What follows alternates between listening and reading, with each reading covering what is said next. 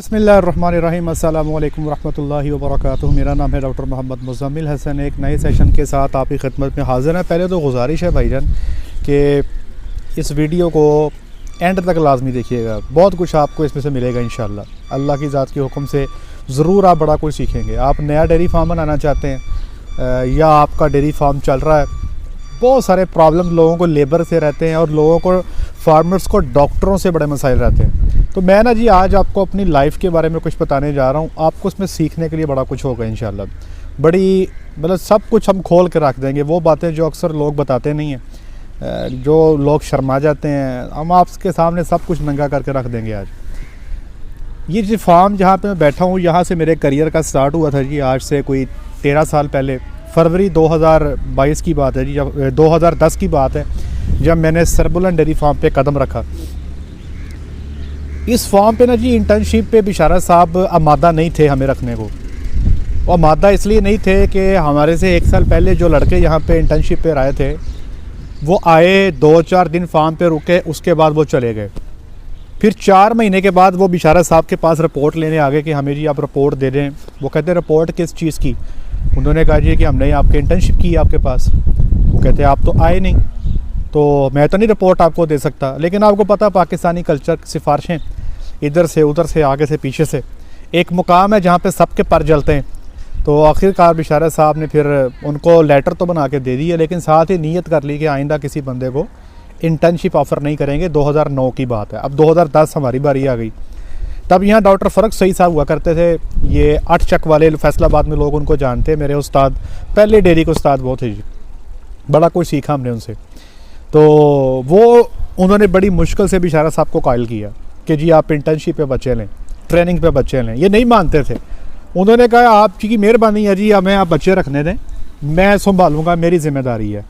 तो मैं समझता हूँ कि ये सारा क्रेडिट डॉक्टर फ़रक सही साहब को जाता है, जिन्होंने बिशारत साहब को इस बात पे आमादा किया।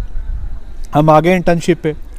अब मैं जी इसी ग्राउंड में, दरअसल दिखा दीजिएगा वो पीछे दीवार दिखाइएगा, वो पीछे दीवार जो है, जो पहला पिलर है दीवार के साथ, ये इस दीवार से राइट साइड पे सारा, दरअसल राइट साइड सारी दिखा दें, राइट, ये सारे कमरे बाद में बने हैं। इस दीवार के पास ना डॉक्टर साहब, ये दोबारा पिलर दिखाइएगा, इस दीवार के पास ये पूरा हिस्सा बंद होता था, इसके पीछे फार्म नहीं होता था, ठीक है जी। और ये छोटा सा पार्क होता था, ये डॉक्टर साहब अपने लेफ्ट पे दिखाएं, ये छोटा सा पार्क होता था। अभी तो देखें माशाल्लाह पार्क बड़ा हो गया ना जी। ये छोटी सी पार्क सी होती थी। हम यहाँ पर आए, रिक्शे पे उतरे डॉक्टर साहब, वो जहाँ पर रिक्शा खड़ा है ना, वो ट्यूबवेल लगा हुआ, वहाँ पे हमारा रिक्शा रुका। फैसलाबाद से अपने सामान उतार के यहाँ पार्क में आके बैठ के, मुझे याद है ट्यूबवेल चल रहा था। 20 फरवरी 2010 की बात है, तकरीबन 4:15 साढ़े 4 बजे। अच्छा, अब हम आए तो हमारा कमरा जनाब बड़ा साफ़ सुथरा, नीचे कालीन बिछा हुआ। मेरे साथ मेरे दोस्त है हाफिज़ उमर फ़ारूक साहब। मैंने कहा डॉक्टर साहब ज़िंदगी आसान हो गई। मैं सारी ज़िंदगी, अटैच बात था कमरे के साथ, मैं सारी ज़िंदगी कभी हॉस्टल में नहीं रहा।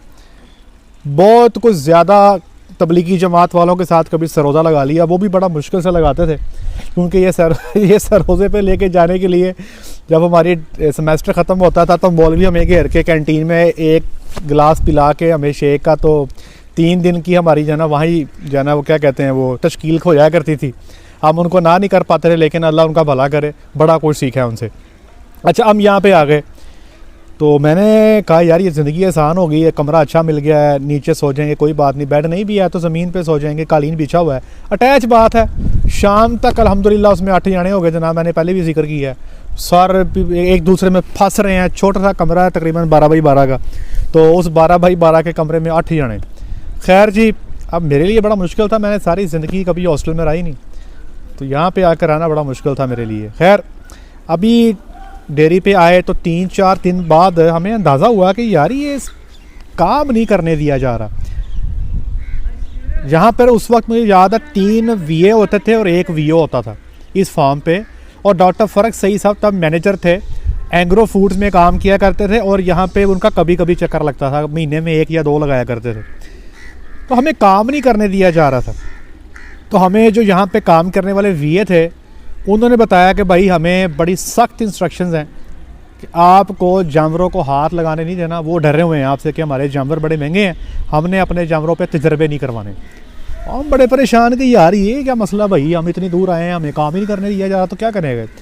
बड़ी परेशानी के हालों में ना, उदास भी कि यार ये क्या होगा, कैसे होगा। अल्लाह की ज़ात ने जी वो हुआ ऐसे कि तकरीबन हमारे आने के ठीक 22 दिन के बाद 12 मार्च तक सारे ही बंदे रिज़ाइन दे गए। जो डॉक्टर साहब काम करते थे यहाँ पे, उनकी वीओशिप हो गई, सरकारी नौकरी लग गई। जो बाकी 3 लड़के थे उनको किसी दूसरे फार्मों पे अच्छे पैकेज मिल गए, वो भी फ़रार हो गए। फार्म पे पीछे रही हम गए। अब फार्म के जो ऑनर थे उनके लिए बड़ा मुश्किल था ये फ़ैसला करना कि यार ये नए बच्चे हैं और मेरे जानवर बड़े महंगे हैं। खैर ना जी, 20-22 दिन में कुछ हमारा काम भी उन्होंने देखा।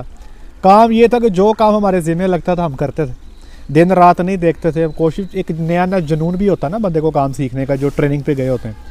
तो उन्होंने ना जी हमें थोड़ा सा लगाम पकड़ाई। जब उन्होंने हमें लगाम पकड़ाई ना जी, तो हमारी एनर्जी और ऊपर चलेगी कि यार लो जी होने गाँव ने तो मज्जा ने तो ऐसी है जनाब। तो अल्लाह का फ़ज़ल ये हुआ कि फिर इंटर्नशिप पे यहाँ पे लोग बढ़ते गए। 8 लड़के यहाँ पे इंटर्नशिप पे हो गए मेरे समेत, और पूरा फार्म जो था वो ट्रेनिंग पे जो लोग बच्चे थे ना वही चला रहे थे अल्लाह के हुक्म से। हम लोग रिप्रोडक्शन में कमज़ोर थे, ब्रीडिंग हमें नहीं आती थी। माँ मुझे टीका रखने आता था, ना मुझे गब्बन गाय चेक करने आती थी, ना मुझे गब्बन भैंस चेक करने आती थी। अब ये मसला बिशारत साहब जो फार्म के ऑनर है उनको भी अंदाज़ा था कि ये मसला है इनका। हम 8 लड़कों में से 2 लड़कों को उन्होंने हायर कर लिया। एक मुझे हायर कर लिया, एक मेरे साथ दोस्त थे हाफिज़ उमर फ़ारूक साहब, उनको हायर कर लिया। तो अब उनको पता था कि इनको ब्रीडिंग नहीं आती, इनको टीका रखने नहीं आता, इनको गब्बन चेक करने नहीं आती। तो उन्होंने जनाब यहाँ पर इधर फैसलाबाद में डॉक्टर मंजूर साहब हैं, माशाल्लाह बहुत तजर्बा है जी उनका, वो भी मेरे उस्तादों में शामिल हैं। और इस वक्त उनकी उम्र भी कुछ 70-75 साल हो गई है। उनको ना यहाँ पे बुलाया गया। वो तकरीबन रोज़ सुबह 9 बजे आते थे और 10-11 बजे तक ना जी वो ब्रीडिंग का काम करते थे। हम उनके साथ हो लिए। तकरीबन 2 महीने उन्होंने काम किया। तो उस 2 महीने के अंदर ना जी हमारा कोई हाथ सीधा हो गया, क्योंकि हमें सिखाने वाला कोई नहीं था। तो इन्होंने हमें 2 महीने में इस काबिल कर दिया कि हम टीका रखना सीख गए, और इस काबिल हो गए कि हम कोई 2 महीने की प्रेगनेंसी चेक करने के काबिल हो गए। फिर जनाब यारी हमारे हाथ में लगामें दे दी गई। जो मेरे साथ मेरे कोलीग थे डॉक्टर हाफिज़ उमर फ़ारूक साहब, वो कुछ अरसे के बाद छोड़ गए। मैं फार्म के साथ बना रहा, और फिर ऐसे बने कि शौक़ जुनून इतना था, आपको क्या बताएं आपको, कि सरकारी नौकरी मेरी हो गई। अब आपको पता है सरकारी नौकरी किसी की हो जाए तो यहाँ पर तो मुबारकबादें ख़त्म नहीं होती। तो मैंने सरकारी नौकरी होने के बावजूद ज्वाइन नहीं की। बड़ा मुश्किल फ़ैसला था, लेकिन मेरे अल्लाह की ज़ात का मैं शुक्र अदा करता हूँ, अल्लाह का शुक्र अदा करता हूँ कि अल्लाह ने इसमें मेरे लिए बेहतरी वाला मामला कर दिया। अब हुआ ये जनाब कि टीके रखने शुरू हो गए, सारे मामला शुरू हो गए। 2 साल बड़े मुश्किल थे यहाँ पे। अब आप कहेंगे अब मुश्किल किस चीज़ की, काम भी करने शुरू कर दिया, सारे मामलात भी हो गए, अब क्या मुश्किल। अब मुश्किल ये थी कि फार्म पे ना जी इंटरफ्रेंस बहुत थी, मुदाखलत, बैरूनी मुदाखलत बहुत थी। अब ये मेरे कई डॉक्टर भाई सुन रहे हैं, उनको बड़ा प्रॉब्लम रहता है कि यार ये फार्म पर ना यार फ़लाने बंदे की मुदाखलत बड़ी है, यार फ़लाने की मुदाखलत बड़ी है। अच्छा, मुदाखलत 2 तरह की है। एक है मुदाखलत हसना, मतलब ऐसी मुदाखलत जो फ़ायदेमंद है। एक है मुदाखलत बुरी मुदाखलत। हसना मुदाखलत क्या है कि मिसाल के तौर पे आप कोई बंदा आता है बाहर से, हमें कोई टिप्स दे जाता है, हमें समझ भी आती है, लॉजिकल है, हम कहते हैं हाँ वाकई यार गलत ने सही दसी है, चलें ये तो ठीक है। लेकिन एक मुदाखलत ऐसी होती है जो एवं ही लोग आकर ना बीच में आपको मशवरे देने शुरू कर देते हैं और पता कखदा भी नहीं होता। तो बस मैं इससे ज़्यादा बात नहीं करना चाहूँगा। या कुछ लोग ऐसे भी होते हैं जो क्वैक्स होते हैं, तो वो मामले बड़े ख़राब थे। 2 साल ना जी यहाँ पर हम, आपकी सोच है कितने नुस्खे तैयार करते रहे वहाँ पे, क्यों जी अब फलानी का सारू ठीक नहीं हो रहा, लो जी शाम से लेकर सुबह तक नुस्खे तैयार हो रहे हैं। कभी काढ़ा बना लो, कभी ये सोट लो, कभी गूगल चाट लो, कभी ये कर लो, कभी वो कर लो। हमारे पास नुस्खे आ जाते थे तैयार करके, जानवरों को देने शुरू कर दिए। अब उस वक्त हमारे पास दो ऑप्शंस थे। एक तो ऑप्शन ये था कि हम रजिस्ट कर जाते कि नहीं भी हमने नहीं करना, लेकिन हमने ये स्टेप नहीं लिया। हमने उस वक्त स्टेप ये लिया कि हम ये करेंगे, हम जानवरों पे करके देखेंगे कि आया ये काम भी करते हैं। अगर नहीं करते तो जो हमारे पास जो थोड़ा बहुत नॉलेज है हम उसको अप्लाई करते हैं, फिर देखते हैं कि ये काम होता है या नहीं होता। अल्लाह की ज़ात का फजल हुआ कि 2 साल के अरसे में सारी मुदाखलत बंद होगी। और मुदाखलत हमने बंद की नहीं, फार्मर ने खुद ही बंद कर दी। क्योंकि उनको अंदाज़ा हो गया कि यार ये जो इतना नुस्खों पे ख़र्चा मर्चा करते हैं उससे फ़र्क तो किसी एक ठेले का नहीं पड़ा, तो एम ही खर्चा करते हैं। तो उसके बाद 2012 के बाद यहाँ पे मुदाखलत बिल्कुल ही नील हो गई, कोई बंदा बाहर से मुदाखलत नहीं करता था। फिर एक लम्हा में दिया जाता था जनाब कि डॉक्टर दूध नहीं ले सकता, डॉक्टर का काम है टीका गोली करना, डॉक्टर को ही नहीं पता दूध कैसे लेना है। ये बड़ा लम्हा था। और साथ ये कहा जाता था कि जितने भी मिल्क कॉम्पिटिशन्स होते हैं वहाँ पे गाय या भैंसें आम फार्मर की जीतते हैं, डॉक्टर तो नज़र ही कहीं नहीं आते। बड़ी तकलीफ़ होती थी ये बात सुन के, लेकिन क्या कर सकते हैं, जब तक आप करके दिखाते नहीं हैं ना लोग आपकी बात को मानते नहीं हैं। सिर्फ खाली हवाई फायरिंग कर देना काफ़ी नहीं है, आपको चीज़ें करके दिखानी पड़ती हैं। बात वही है कि जब अल्लाह की ज़ात ने आपको इज़्ज़त देनी हो, अल्लाह की ज़ात ने जब आपकी गुड्डी चढ़ानी हो, तो हुआ ये जनाब कि 2012 में पहला मिल्क कंपटीशन लड़ने का इत्तफाक हुआ। मैं पत्तों में गया, 2012 में जानवर ले गए, अल्लाह की ज़ात ने इज़्ज़त दी, हमारा जानवर फर्स्ट नंबर पे लगा, रिकॉर्ड बन गया। फिर वही जानवर, अमूमी तौर पे वो लोग जो शिकारी लोग हैं उनको पता है कि जब कोई भैंस या गाय एक मुकाबला लड़ लेती है ना, वो कहते हैं फिर उसको अगले मुकाबले में हमने नहीं लेके जाना। अक्सर लोग ये कहते हैं। मैंने वहीं से डाले में गाय लोड की, ज़रई यूनिवर्सिटी में लाके उतार दी। कोई 8-9 दिन के फ़र्क से अगला मुकाबला था, वहाँ पे फिर एक नया रिकॉर्ड बन गया। 52 लीटर दूध 24 घंटे में क्रॉस की गाय ने दिया और ये रिकॉर्ड बन गया। तब मैं था भी बिल्कुल चूचा सा था, दाढ़ी मेरी हन पूरी हुई है, दाढ़ी तो मेरी थी नहीं, तकरीबन आप कह लें कि 27-28 साल की उम्र में जाके कहीं ये बाल आए हैं, अदरवाइज तो ये बिल्कुल दाढ़ी थी नहीं और क्लीन शेव थे। वज़न भी कोई 70-72 किलो है, जिन्होंने कहते हैं ना जनाब बिल्कुल ही कोई बच्चा टाइप वो था जी। वो लोग कहते थे यार इस मुंडे तो बकरी का दुध ना लिया जाए, ये कितों गई चुआ गया। बस बात वही है ना जी, जब अल्लाह की ज़ात ने इज़्ज़त देनी हो। लो जी, वो जब मुकाबला जीता ना, तो उस मुकाबले का फ़ायदा ये हुआ कि जब आगे जितने मुकाबले भी लड़े, कभी किस फार्मर ने ये नहीं बोला कि डॉक्टर साहब ये इसको ये दे दो, इसको वो दे दो, इसको ऐसे कर दो, इसको फलाना मसाला दे दो। हम अपने तरीके से जानवर तैयार करते थे और अल्हम्दुलिल्लाह अल्लाह की ज़ात ने इज़्ज़त दी। फिर 2016 में रिकॉर्ड बना, ऐसा रिकॉर्ड बना कि वो अभी तक कायम है। 60 कुछ दूध है 24 घंटे का। अभी तो खैर गायें बड़ा बड़ा दूध दे रही हैं, लेकिन बात है कि जब घाड़े में आकर चुवाना होता है तो फिर चीज़ें ज़रा डिफरेंट हो जाती हैं। अब इस दौरानिए में बड़े अपसेट आए, बड़े अप एंड डाउन आए, फार्म पे बहुत भी छक्के लगते रहे हैं, फार्म पे प्रॉब्लम भी बनते रहे। कई दफ़ा दिल किया कि यार ये मुश्किलात आ रही हैं। ऐसे नहीं होता कि देखें फेसबुक पे आप किसी की पोस्ट देख के फ़ैसला ना करें वो कितना खुश है या वो कितना गमगीन है। हर बंदे को पता है, वो अपने अंदर जानता है उसके अंदर कितने भांबड़ बल रहे हैं।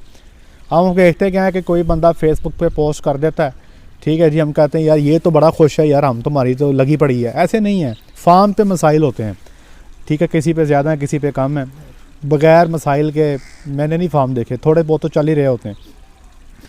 तो कई दफ़ा दिल किया कि यार स्किप करें, कई दफ़ा अच्छी अपॉर्चुनिटीज़ बहुत मिली, लेकिन एक बात हमें सिखाई थी इस फार्म के ऑनर ने कि कंसिस्टेंसी जो है ना जी, कि आपको एक ही जगह पर रुक के कुछ अरसा काम करना चाहिए।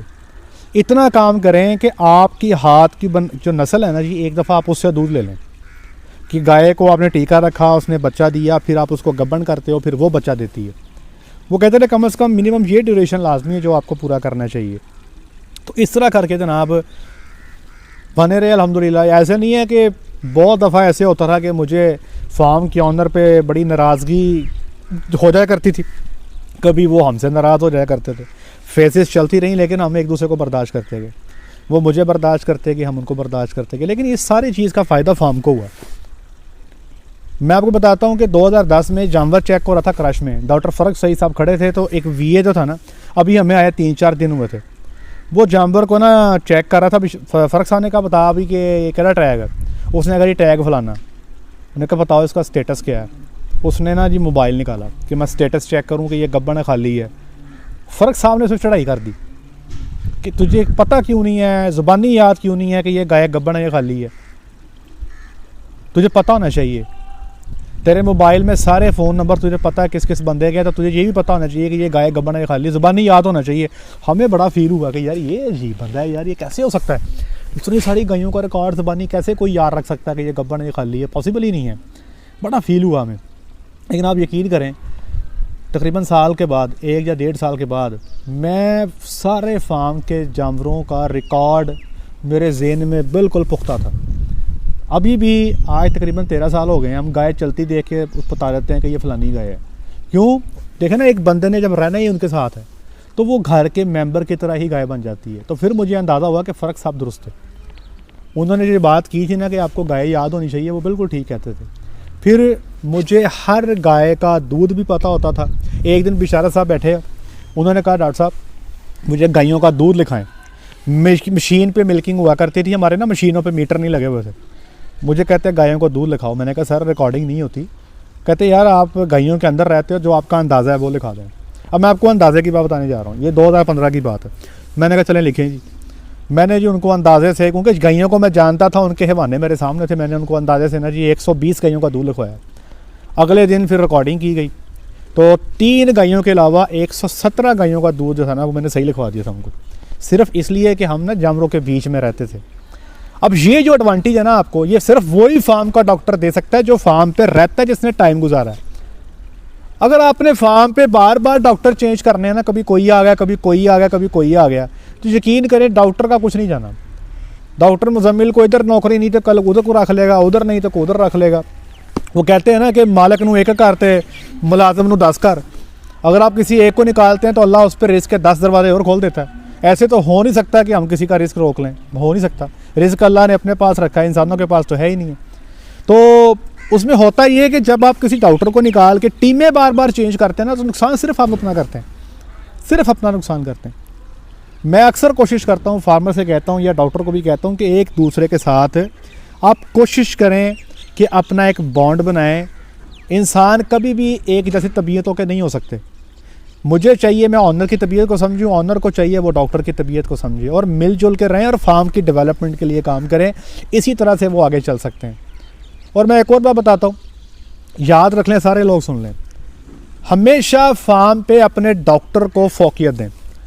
अगर डॉक्टर मुजम्मिल भी आपके फार्म पे आ रहे हैं ना, तो मैं अगर कोई मशवरा दे के जाता हूँ ना एज ए कंसल्टेंट, तो बाद में अपने डॉक्टर साहब से मशवरा करें, क्योंकि वो आपका फैमिली मेम्बर है। डिसीजन आपने बाद में डॉक्टर के साथ मिलकर ही करना है। वो लोग जो कंसल्टेंट्स को, या वैसे ही आजकल फ्री के कंसल्टेंट भी बहुत है ना, हर बंदा आके कोई ना कोई शोशा छोड़ जाता है, आपको नया ना वो कटा खोल जाता है आपके आगे। तो फार्म पे जो डॉक्टर काम कर रहे होते हैं ना, वो कहते हैं जी कि घर की मुर्गी दाल बराबर, उनकी को बात सुन ही नहीं रहा होता। उनको कहते हैं लो जी ये फारग ने। वो जब दूसरे डॉक्टर पे, घर के डॉक्टर पे, बाहर के बंदे का जब डिसीजन ला के इम्पोज कर देते हैं, फिर फार्मर अपना ही नुकसान करता है। इसलिए मैं फार्मर से कहता हूं कि भाई जब तक आपकी फार्म की टीम ऐसे एक नहीं होगी ना, आप तरक्की नहीं कर सकते। वरना लेग पुलिंग रहेगी, ये इसको नुकसान पहुंचाने की कोशिश करेगा, वो इसको नुकसान पहुंचाने की कोशिश करेगा, नुकसान एट द एंड फार्मर का हो जाएगा। अच्छा, अब वो डॉक्टर जो सुन रहे हैं मुझे, उनका भी शिकवा है, और वो दुरुस्त शिकवा है। वो क्या है? वो कहते हैं कि जब तक फार्म की नौकरी छोड़ो ना, एक से दूसरे फार्म पे जाओ ना, तो तरक्की नहीं लगती।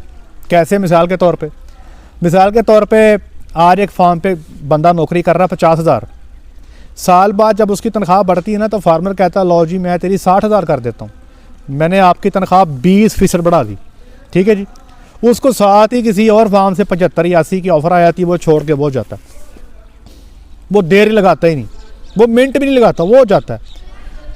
और जब अपने इर्द गिर्द दोस्तों को देखते हैं कि जो आज इस फार्म पे, कल उस फार्म पे, परसों उस फार्म पे, वो देखते हैं कि यार वो बंदा पीछे से आके लाख प्लस पे चला गया, मैं वही 50-60 पे खड़ा हूँ।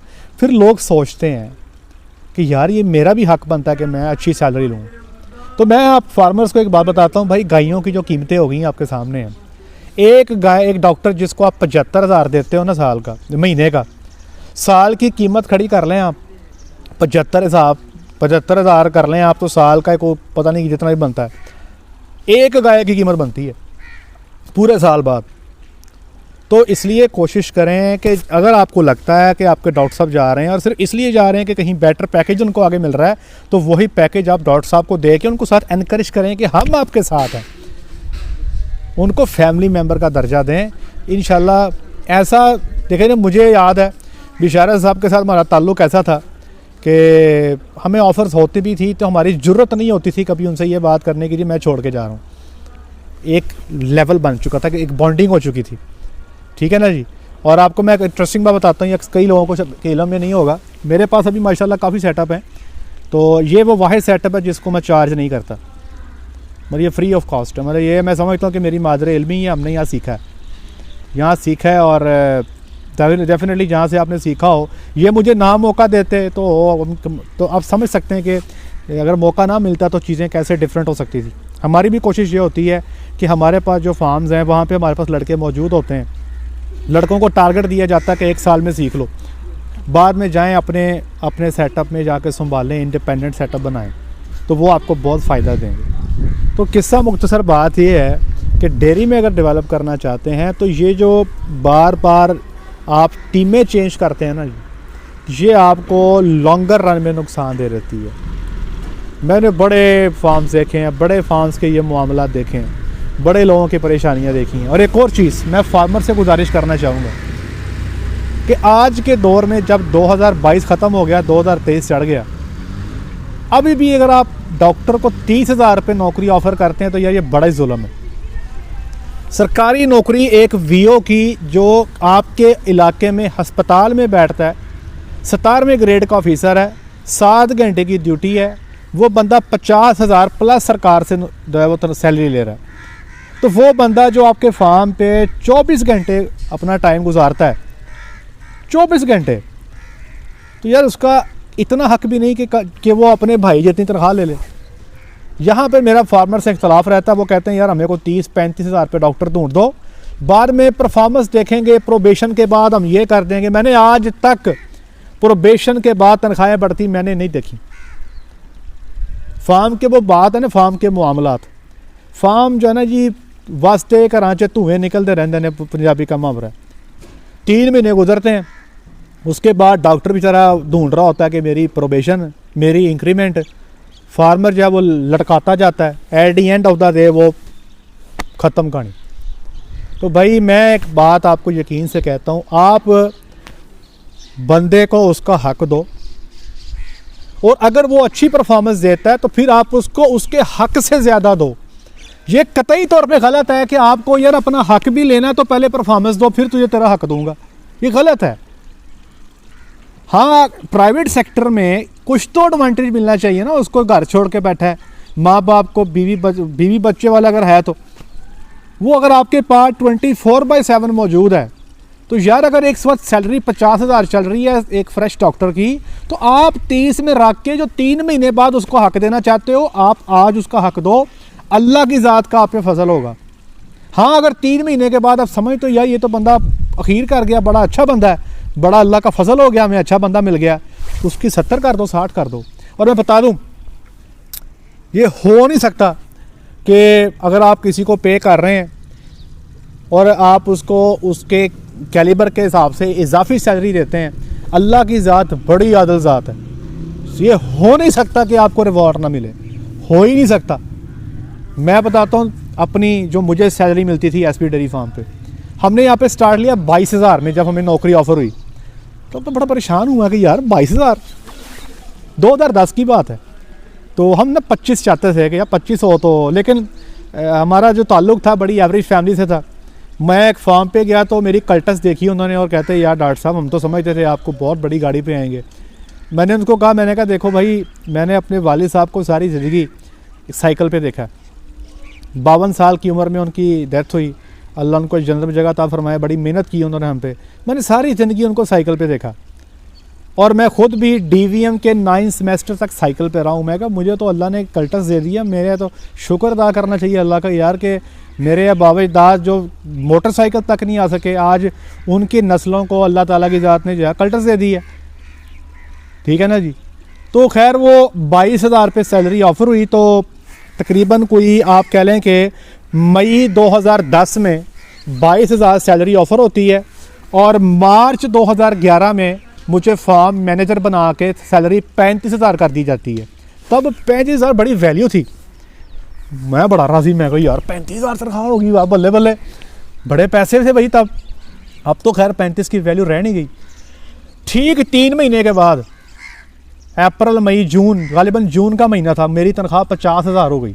अब आप सोचें कि तब 2011 में 50,000 सैलरी, मेरा ख्याल है कि मेरे जो बैचमेट्स थे मैं उनमें सबसे ज़्यादा कमाई करने वाला बन गया।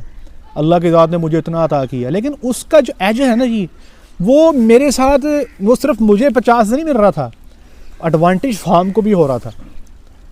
हमें याद है हमने फार्म पे रिकॉर्ड तोड़े अल्हम्दुलिल्लाह। हमने क्रॉस की गायों से तब 2013 में 20 की एवरेज ली भाई, तब मुमकिन नहीं होता था ये क्रॉस की गायों के साथ।